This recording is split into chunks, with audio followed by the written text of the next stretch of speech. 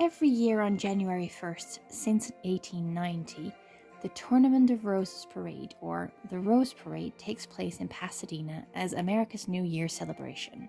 People from all corners of the country come to see the themed flower-covered floats, often adorned with pretty young ladies.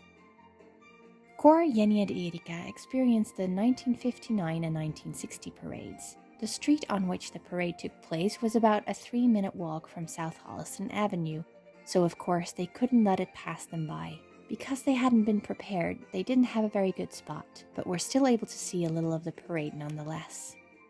In the Netherlands, similar parades are held, so it wasn't entirely new to them. The Rose Parade reminded them of the Flower Parade of Hillegom Lisse, but the American version was much bigger, of course, like everything in the United States is.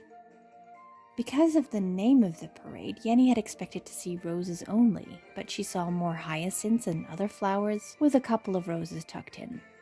The parade lasted almost 2 hours, but Jenny and Erika left early. Erika had been doing quite well, though she'd been more interested in the strap of course camera and the hair of the lady in front of her, who had not been too pleased with having her hairdo altered by tiny hands. Later that day, they went to take a look at the parked floats with their Australian downstairs neighbors, so they could take a closer look. It was very much worth it. The weather had been wonderful, 80 degrees Fahrenheit, and Jenny even had gotten a little sunburned on the first day of the new year.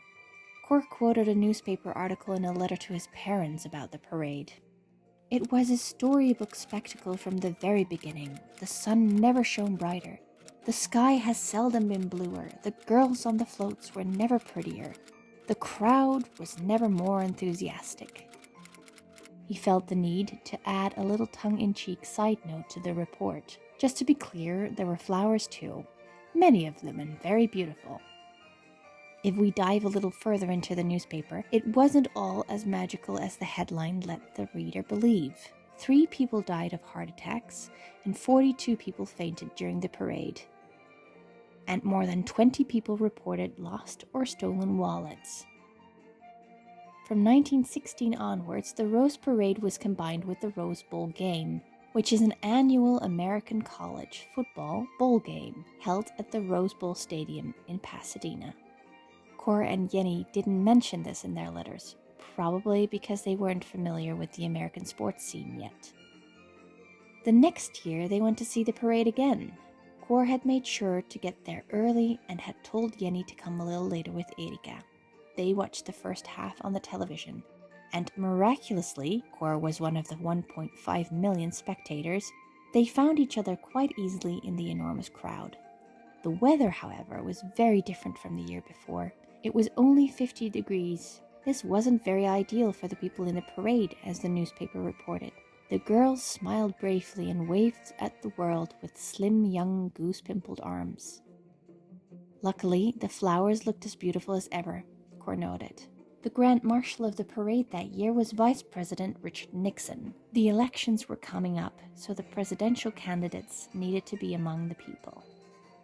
The newspaper also reported a harmless but unfortunate incident. A group of early bird January 1st parade watchers reserved the best spots on Altadena Drive. The half-dozen hardy souls were seen huddled together at the curb hours before the parade started. Only one trouble: the parade didn't go along Altadena Drive.